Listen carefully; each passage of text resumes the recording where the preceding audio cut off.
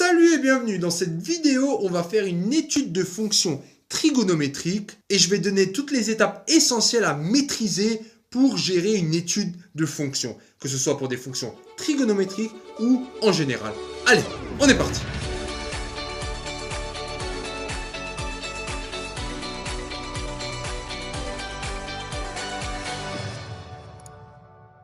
L'objectif de cette vidéo sera d'étudier la fonction f de x est égal à sinus de x fois cosinus de x sur l'intervalle 0π/2. Voici typiquement l'exercice quand tu es face à lui et tu as tous les bons réflexes, tu le déboîtes. Ici, l'intervalle est déjà donné, mais la première question de manière générale dans une étude de fonction pourrait être quel est l'intervalle de la fonction. C'est pour ça, il faut toujours faire attention à 2 voire 3 pièges. Le premier, la racine. La racine, ce qui est sous la racine, doit être toujours supérieur ou égal à 0. Tout ce qui est sous la racine, pas x tout le temps, ce qui est sous la racine. Deuxième piège, c'est quand tu as une division a par b.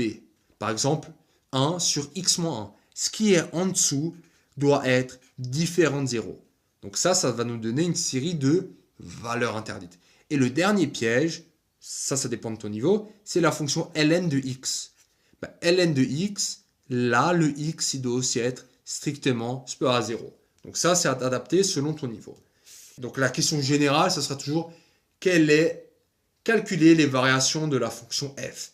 Et là, directement, qui dit variation, dit l'outil le plus important de la dérivée. Et c'est pour ça qu'on va calculer sa dérivée. Une fois qu'on a sa dérivée, on va faire un tableau de signes de la dérivée parce qu'on sait que le signe de la dérivée va nous donner les variations de f. Est-ce que tu es au point là-dessus? Tu vas voir, ça va le faire au pire des cas. Commençons par dériver.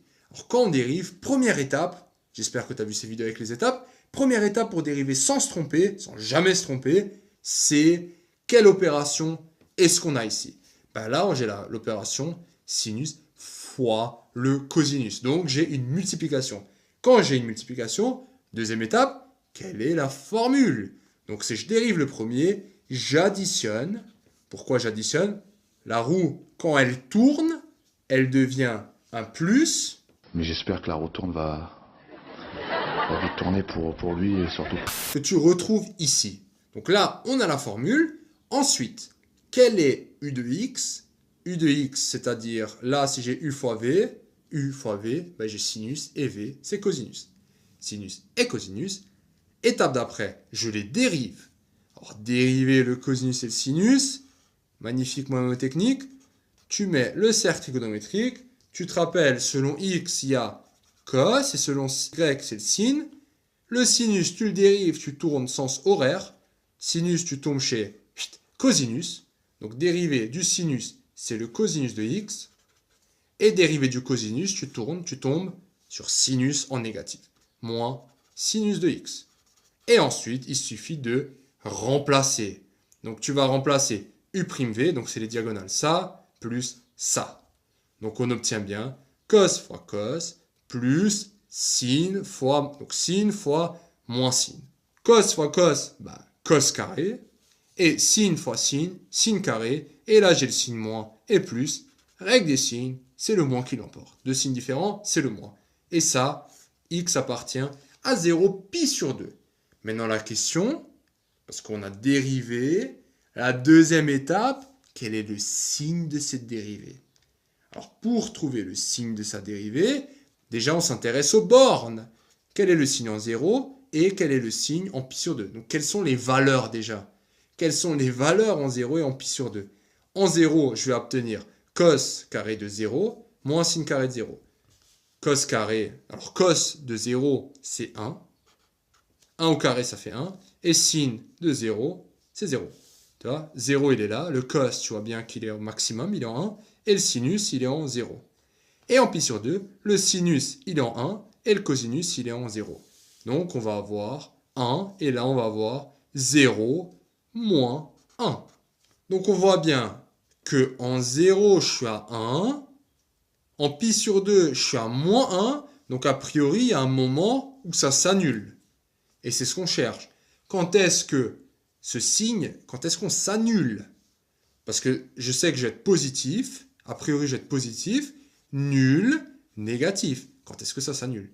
Bah, quand est-ce que lui égale à 0? Quand le cosinus de x égale au sinus de x. Pour quelle valeur est-ce qu'on a égalité? Allez, si tu maîtrises un peu tes valeurs remarquables, on a égalité pour x égale à pi sur 4. C'est-à-dire qu'on a bien racine de 2 sur 2, racine de 2 sur 2, et pi sur 4, surtout, hein, c'est ça, il est bien dans l'intervalle 0 pi sur 2. C'est ça qui est important parce qu'il s'annulerait aussi en d'autres valeurs. Mais là, pi sur 4 appartient bien à cet intervalle.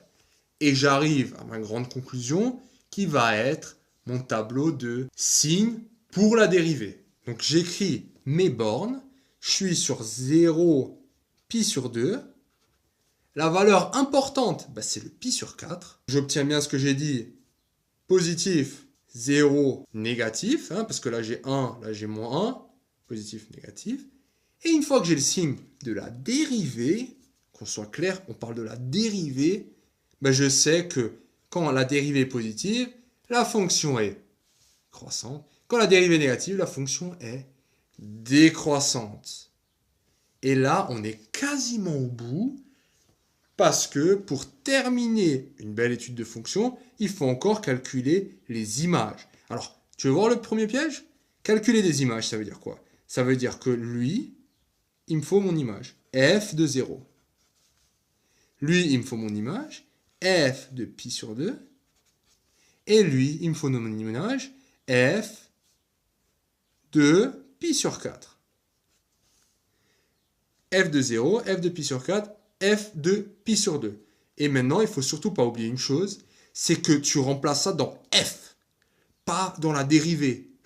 Parce que ça, tout le monde fait, ah, d'un coup, il trouve tout en 0 ici. Logique, parce que la dérivée en pi sur 4, elle est bien égale à 0. Donc, remplace dans f. f de 0, je l'ai déjà calculé. Ah non, je ne l'ai pas encore calculé. Tu vois, j'allais faire la même erreur. f de 0, c'est sinus de 0. Bah, sinus de 0, directement, c'est 0. Donc, 0 fois 1, ça fait 0. f de pi sur 2, ça fait 0 encore. Donc, j'ai 0 ici, j'ai 0 là. Et f de pi sur 4, bah, je vais avoir racine de 2 sur 2 fois racine de 2 sur 2, hein, pi sur 4. Ça me donne racine de 2 fois racine de 2, ce qui me donne 2 sur 2 fois 2, 4, ce qui est égal à 1 demi. C'est ce que j'ai déjà écrit ici, 1 demi. Et voici les variations de ma fonction f.